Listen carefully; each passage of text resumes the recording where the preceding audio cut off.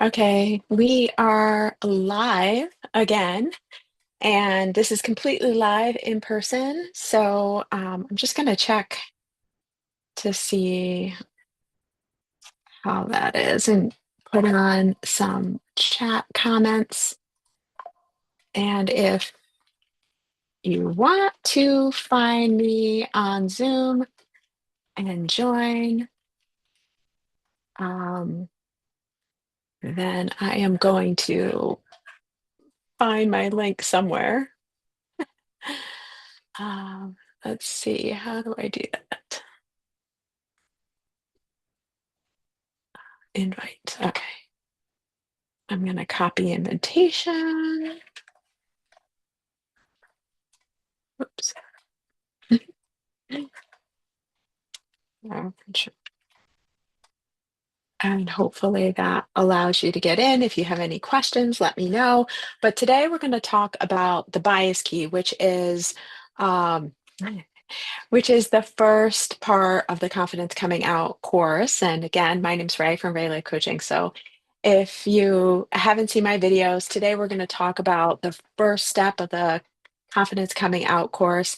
And the first step is consciousness, bringing conscious awareness to whatever problem that is affecting us from being authentically us, confidently, authentically us. So the first step is consciousness. And one of the keys to consciousness that I provide is called the bias key. And I would like to hone in on one part of that, which is our actions, our automatic actions and behaviors.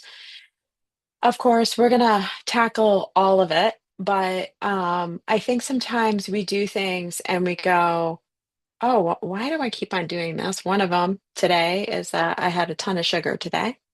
So if my doctor is watching this, I did not record it on my app that I'm supposed to share with them. But yeah, it's like what is happening in us that we do these things, and the bias key kind of brings it back to the present moment. And a lot of the time the bias key also links all these factors like our body sensations and emotions, our ingrained beliefs, our automatic actions, which is what we're going to deal with today, and our stories and what we make it mean, and helps us see how they're all related. So I'm going to get into sharing with you the workbook of this, and also share with you where you can go to look at a video about it. Um, of course, we're going to be talking about it today, so feel free um, to comment or to have any questions. So let me share my screen with you. Let me find my shared screen. What do I want to share? We've got to find that first. And okay, we got it. Let's see if I can find it.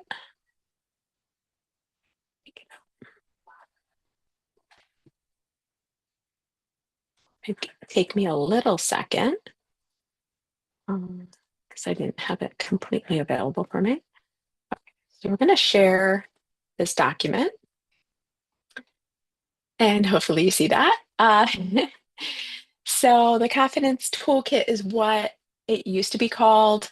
And I never put this out into the world. This is kind of a movement into the confidence coming out course, because I realized that it's not just about people pleasing. It's actually, once I started to delve more into attachment theory um, and attachment styles, I realized that pretty much we all need a form of confidence. I'm just going to go quickly into that because I think it was either yesterday or the day before or whatever video I delved into attachment styles and how that affects or allows us to see more clarity. And actually, that's a part of the consciousness step one of the confidence coming out course.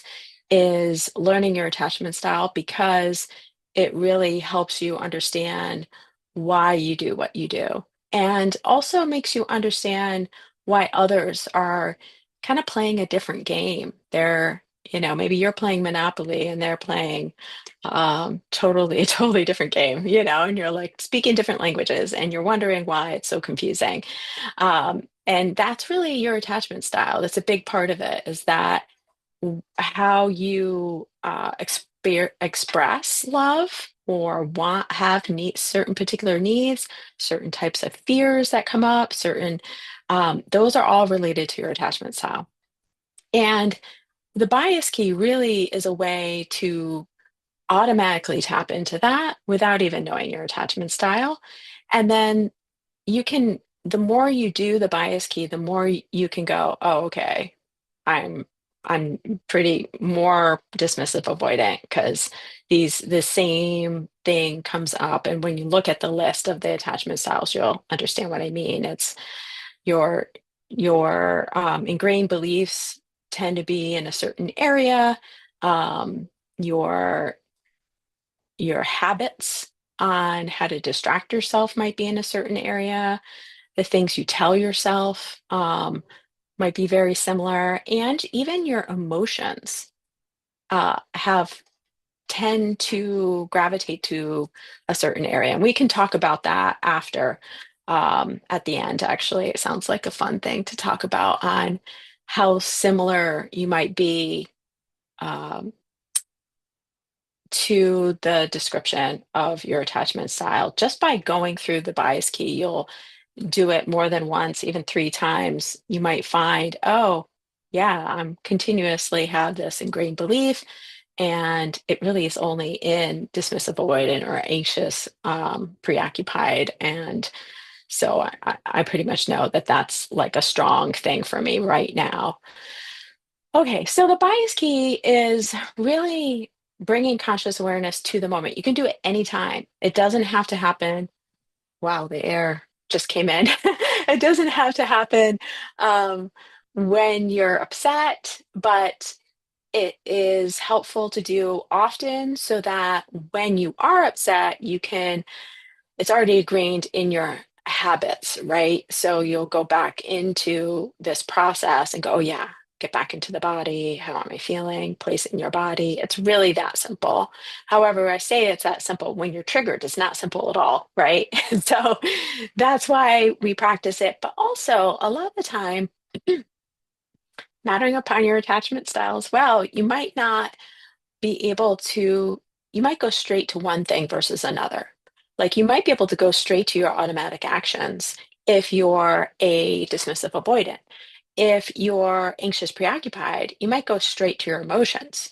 If you're fearful avoidant, you might go straight to your stories. You know what I mean? Like there might be a way to tap into the present moment easier for you as the more you do it, the more you'll realize, oh, this is the best gateway for me. This is like my little key, to get into this present moment. And that's where we want to get you, because once we do get into the present moment, we start to lessen the stress in our body. The more we're outside in the past, the future, we're worrying, we regrets, then we disassociate.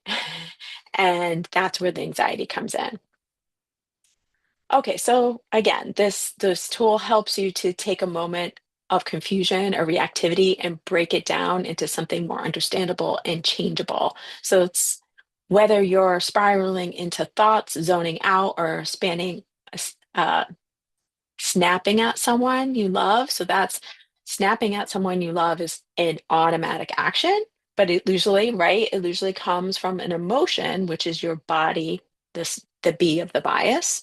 But our automatic actions can get kind of intermingled with sometimes our body sensations and emotions. And we as outsiders, let's say I'm with a friend and they start pounding on the desk. I may interpret that as an emotion being expressed physically, right? But the reality is I'm assuming what that emotion is. For them, it might be frustration. For me, it might seem like they're like, you know, enraged and they're like, oh no, it's just a mild level of frustration. And this is how I respond to it. So everyone is different when it comes to matching their body ingrained, their body sensations and emotions with what their actions might be in relationship to coping around it. And coping could look so many ways. For instance, so I'm just gonna scroll a little bit to actions. So this is the bias key and automatic habitual actions and behaviors. We're gonna go to some emotions. A lot of the time we have a hard time um, finding the words for emotions. And this is the reason why I add them and body sensations. Of course, there's so many words for body sensations, but the more you do this, the more you're going to go, God, I don't even know a word for that feeling that I'm having, the emotion or the sensation in my body. And sometimes we might like have a pain in our back, a headache, and we don't even realize that it actually is a long-standing emotion that's just been pushed down in our body or ignored or dismissed or pretend that it's like you didn't have some thoughts and ingrained beliefs around it that pushed it down and like a layer of emotions that occur. So the next part of that is the ingrained belief. And we try to get it down to the most nitty gritty. And here are the core belief wounds that we're trying to get it down to. And ultimately, the bias key is wanting not only for you to be aware of the body sensations and emotions and the automatic actions in the story, but ultimately to also find a phrase or three that you start to really resonate with out of this list because this is the juice and the root of the issue. And it's a belief about yourself, a shame wound. And so anything that you say, I am this, can be like your believing that this is who you are. And almost like you can't not be it. It makes it really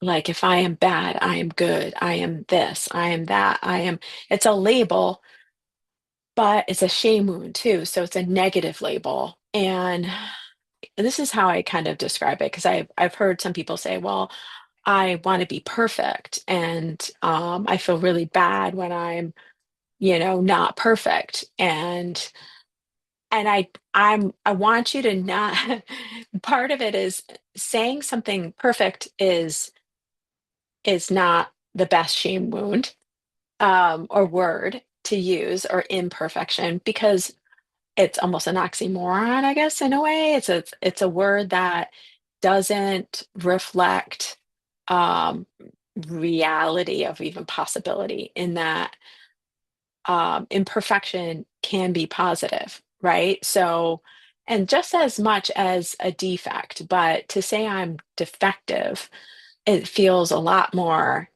like shaming or something is wrong with me. That's where I would go for imperfection. If you're having issues with being perfect and always wanting to have it right or wrong, to be right all the time, to be clean, then it's probably more in the something is wrong with me, I'm defective, or I'm powerless and have no control, or um, I'm stuck or trapped, I'm helpless, I'm hopeless, I'm weak, it tends to be in that arena. Um, okay.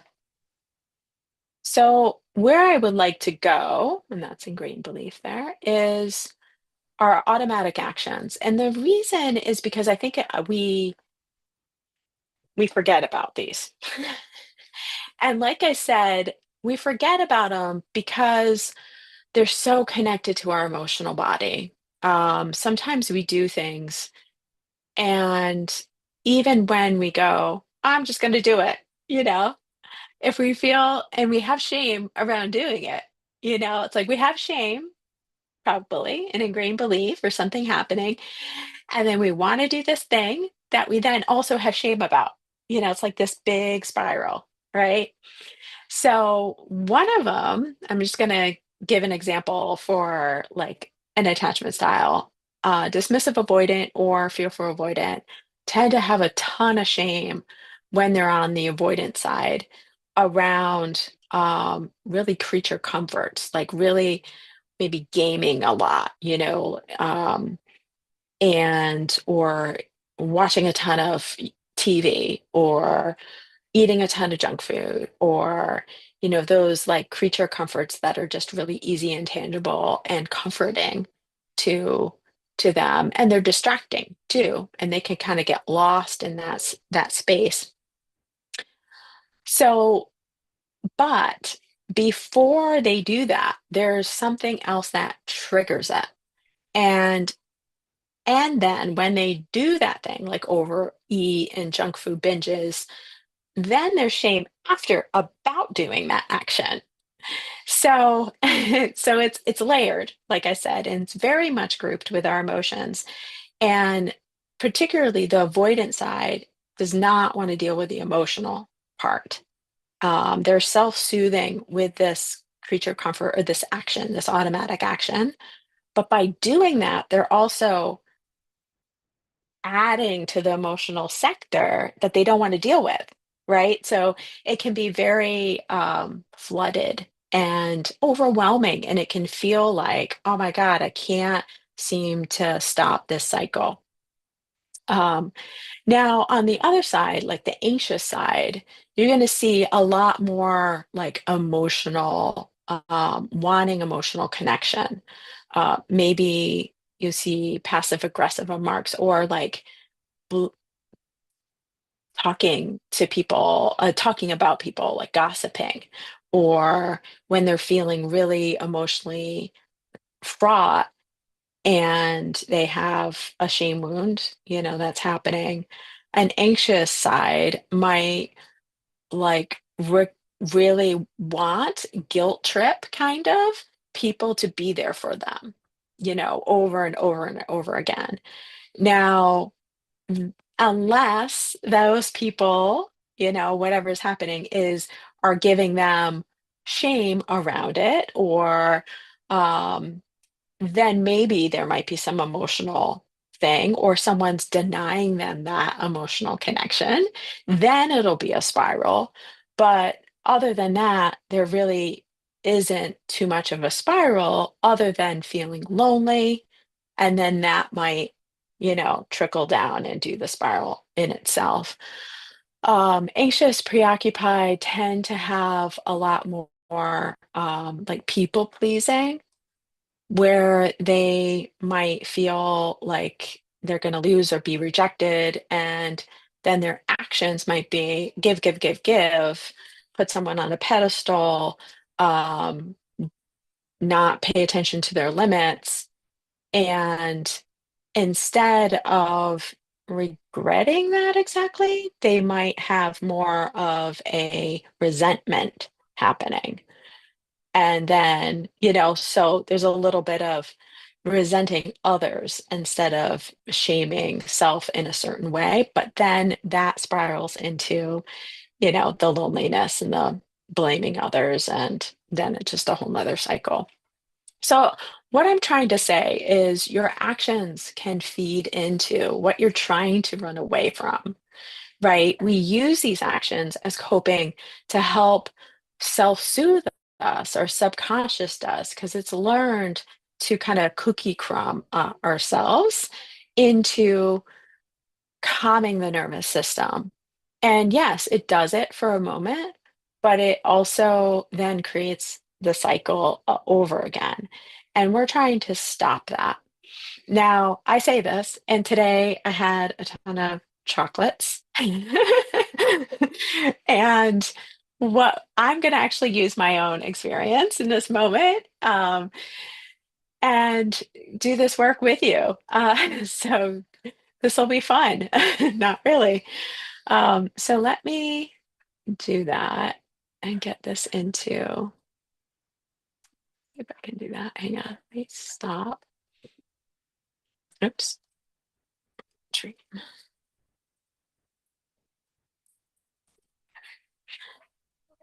Okay. So I am going to see if I can upload this with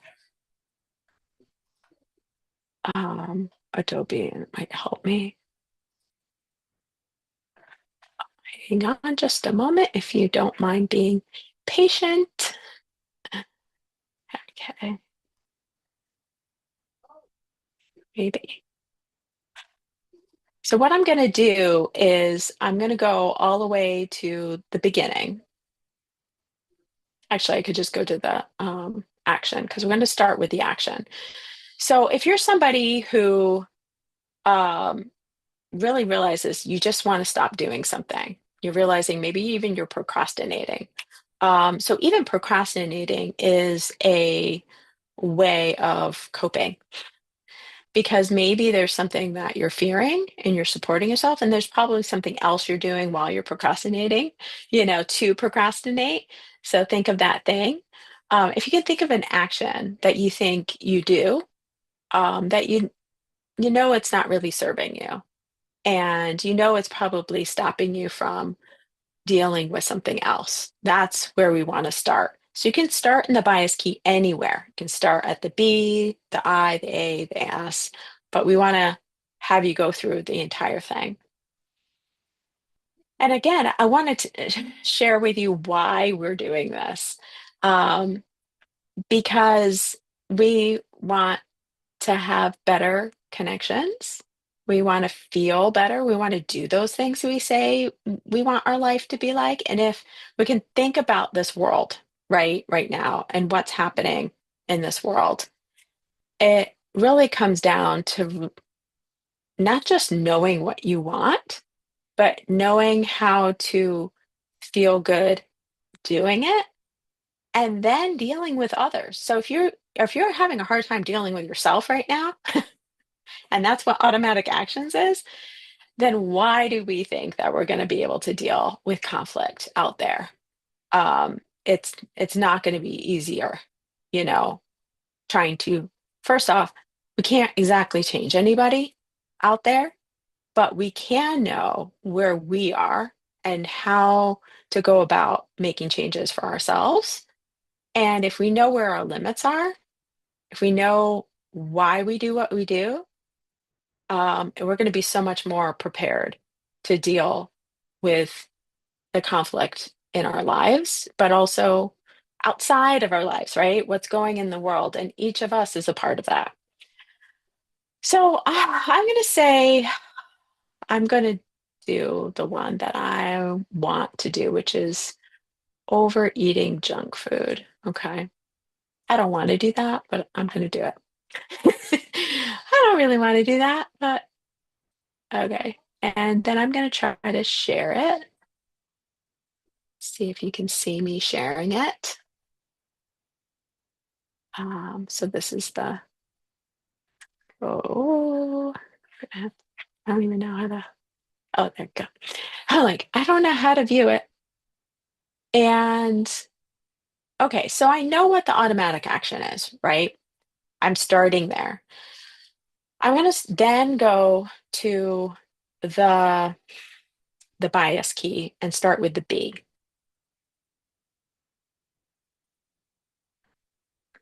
So I'm going to start with body sensations and emotions. And how I do that is I get centered.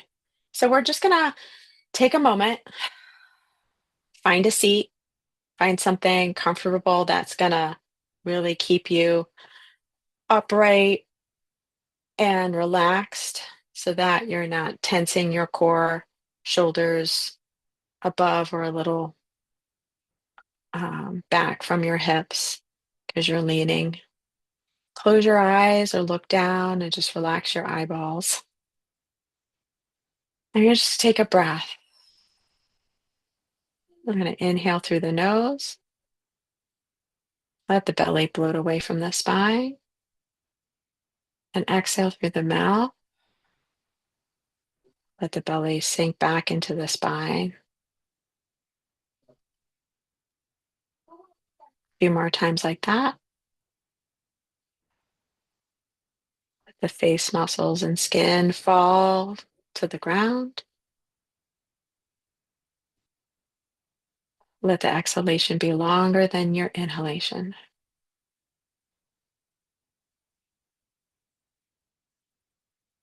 Now come back to your normal breath, breathing through the nose if you can.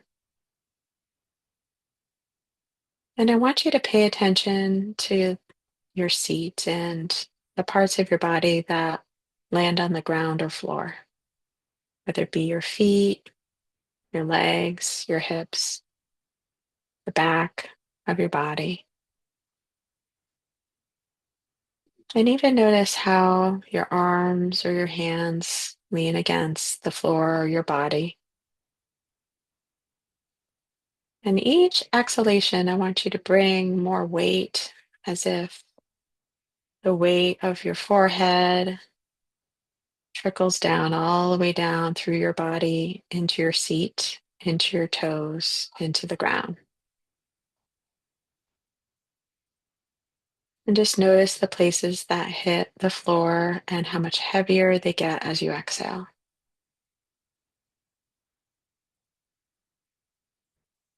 They get heavy and start to kind of embed themselves into the thing that they're against. Feel grounded and rooted.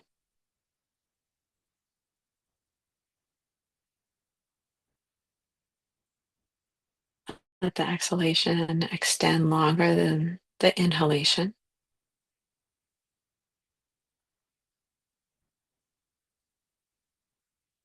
Now we're going to bring to mind the automatic action that you picked. Just imagine yourself doing that action and the feeling that arises when you do it.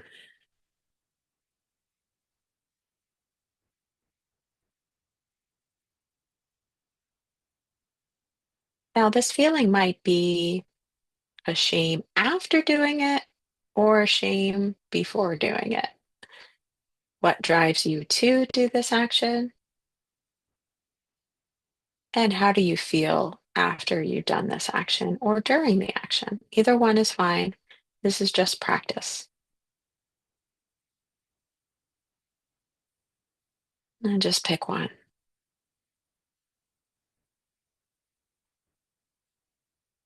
And bring to mind, if you can, an emotion that you may have from this action, whether it be before the action, during, or after. I'm going to pick the feeling I had before the action. So I'm pretty sure I know what that was.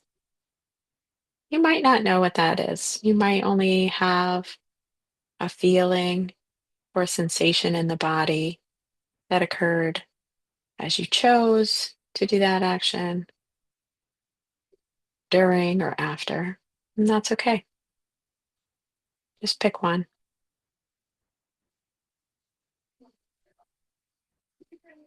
So for me, I ate some chocolate. I say some, it was a lot. And before that, I was grumpy.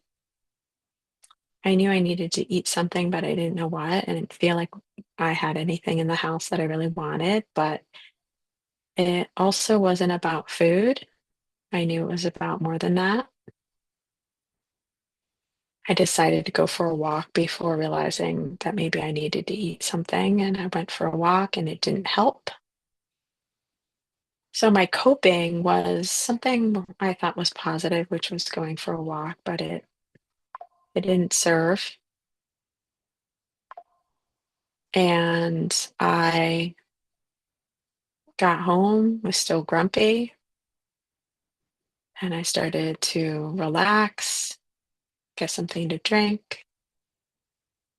And now I'm just thinking of the story, right? I'm thinking of the S of bias, and I'm going, okay, I had that feeling in my gut, and it was unsettled for sure, kind of queasy, nervous, heartbroken, confused, upset, a lot of feelings going on. And I'm placing the biggest feeling in my chest, right at my sternum, kind of behind the bottom of my front ribs. And then I feel it like a spider, like spiraling out like my ribs do. And kind of going down a little bit. Feel a little bit on my collarbones when I start thinking about that. And then a little bit right here, like in my throat, the concave part of my throat between my clavicles. And yeah, it makes me want to kind of cry a little bit. Like, yeah, there's a helplessness. Yeah, and just breathe it out. Allow yourself to have a feeling if you need to. Pause this if you need to. Come back later. Mm. Okay, so we're going to open our eyes when we're ready, slowly. Take a deep breath. And then your next inhalation, slowly open your eyes. So this work isn't fun. It isn't. But I didn't get to all of the story, right? I didn't get to the ingrained belief, but I got to some body sensation and emotions and was really kind of queasy and unsettled and feeling like a spiral and extending out and feeling very heartbroken. There was a little bit of depth and sadness going on. And again, if you're still missing words, feel free to go into the emotions. Really important to kind of find words. And the more you practice this, the more you'll start to recognize, like, oh, yeah, it was that emotion, that ingrained belief, that location. And then you'll start to see a rhythm. And for me, I realize when I go to food, it tends to be ignoring something, you know? It's usually a real, like, I don't want to do this again. I don't want to feel this feeling. There's a little bit of loneliness, but today it wasn't loneliness. It was um, a little bit of regret and confusion. I did say confusion. Um, and funny enough, the feeling that arose when I had eaten the chocolate was a little bit of guilt, but at the same time, giddiness, like secret guilt, like mischievousness. And it's interesting because sometimes we go to that coping mechanism and it gives us a counterpart to soothe us, right? Like we can do something bad, I'm going to do something um, to celebrate, or that I, went through a lot, so I get to do this. There's a lot of stubbornness that happens. And that's okay. Just having compassion for ourselves in that moment. Doing this exercise isn't about shaming, if anything, it's the reverse. It's recognizing what we already do. And and it's not even about changing right now. It's not about changing, it's holding space for self emotions and to really clearly define, oh, I did that because I didn't want to do X, Y, and Z. I didn't want to deal with the emotion. I didn't want to, you know, have that feeling. And it's usually that. But it's also the emotion occurred because we told ourselves a story. So we're not even going into the ingrained belief yet. And so let's try to do that. So we already did B. Okay, I'm just gonna look at this list and really give myself some awareness of like what resonates with me related to what happened. Um, there's a little bit of stupid for some reason that comes up for me. Um, Maybe a little bit of I'm unworthy, a little bit of I don't matter,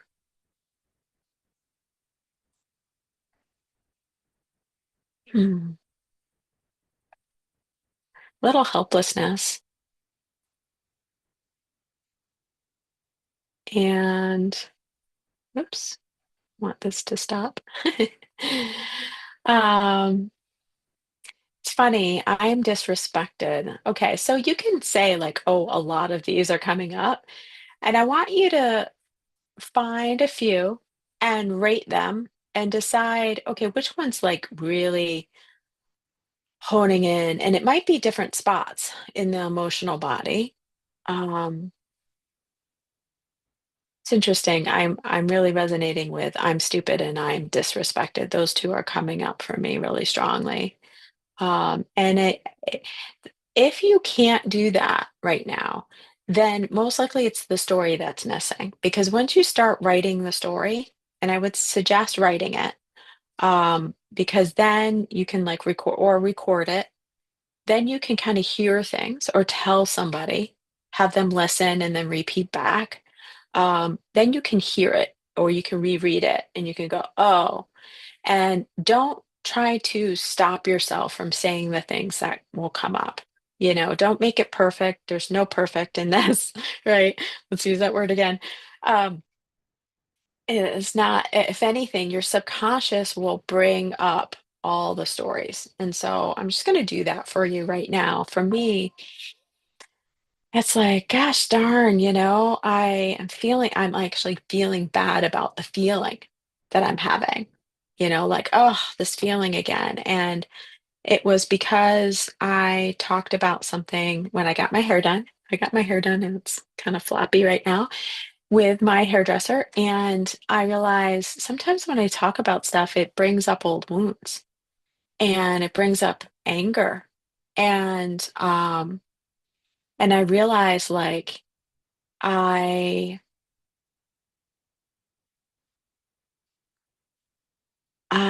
like not only the story that I was talking to my hairdresser about, but it was also like, gosh, I feel this way again. And I'm kind of judging myself around it and like another layer, right? So you can almost go, okay, we can stop there with that judgment of another story, right? And so I think me going for a walk was um really like I needed quiet and I didn't give myself quiet. I needed to process and release what was happening, the story that I told my hairdresser. And that was more about, yeah, probably feeling disrespected. Um, and the next layer on top of that was realizing how I felt a little stupid about one doing that and unearthing all those feelings, but also that I allowed disrespect to even happen for myself. Um, and again, this is not about changing yourself right now. This is about, and I'm saying that out loud because I want to do that. Like I also want to um, say it out loud um, and I'm starting to judge myself about the feelings that I had and then wanting to change myself. That's not what this is about. This is about awareness. So hopefully this makes you understand why we do this. Of course, this was a lot longer than it probably will take you. This could take like 5 minutes, the more you do it, the more it becomes easier.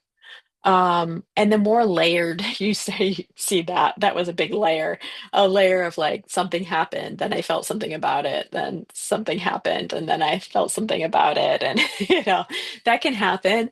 Um, and today was one of those days. Now we're going to get into attachment theory or attachment styles, and I want to find that form. So forgive me, I'm going to try to find that uh, in my program. If I can, it's right here. Attachment. Okay, let me download it for you. And this is also a part of the consciousness step number one of the confidence coming out course. And And you can be participating. This is just a layer of it, right? Like we're going to get into a lot more nitty-gritty things and um, so that you can really experience this for yourself. But I wanted to give you some awareness of what you could do and how you could use this. Okay. Okay, so hopefully you can see that here.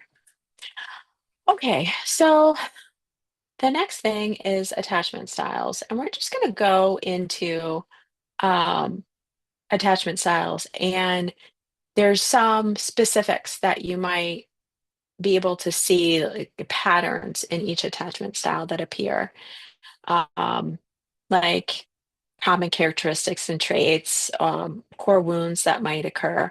So I'm actually going to look for the ingrained belief or the core wound that I said, which is I'm stupid, I'm disrespected. So I'm not seeing it right now here. Um,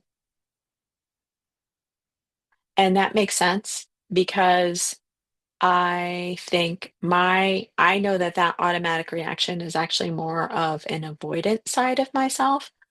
Um, and how I know that is I went straight to a creature comfort. And so I'm going to go, this is the FA, this is the fearful avoidant attachment style. And I'm just going to look for I'm disrespected. And I'm not seeing I'm stupid. I don't even know if I don't know if I'm stupid is in any of them, but and then I'm going to go dismissive avoidant. I'm trapped, I'm defective, I'm weak, I'm helpless. So I'm going to say that most likely I'm more on the fearful avoidant happening here. And I'm going to then, that's AP, sorry. Um, then I'm going to look at the emotions that arise, common emotional patterns. That they're not always this, but so I did say guilt was how I felt when I had the coping mechanism, right? Um, kind of offended, right? And yeah, there was a lot of this overwhelm, not overwhelmed, but and just looking. So the more you do this, you might find yourself within one more than the other. That's really what I'm trying to share with you, is that you might go like, oh, I'm definitely more fearful avoidant. And you can take a test. There is a test available, but a lot of the time you can just figure it out by doing this work. And by doing the exercise, it not only helps you, it does because it lessens the anxiety happening in your body. Like just naming things has been proven to lessen your anxiety in your body. Okay, so that is pretty much it. Tomorrow, I want to show you that we will be. Oh, that was weird.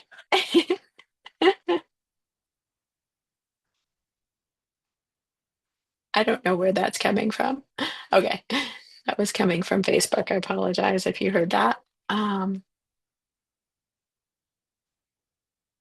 okay, so tomorrow you're going to,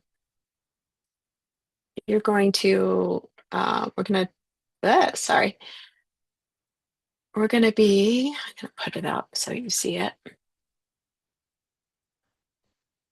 We're going to have part one on how attachment styles lie to you. And that will be up. I did that recording last night. And it's pretty much about it's about the framework that is the foundation of this work, which is called the familiar framework and the ERs. And that is how the subconscious it gets programmed and how you can use the framework to then reprogram it.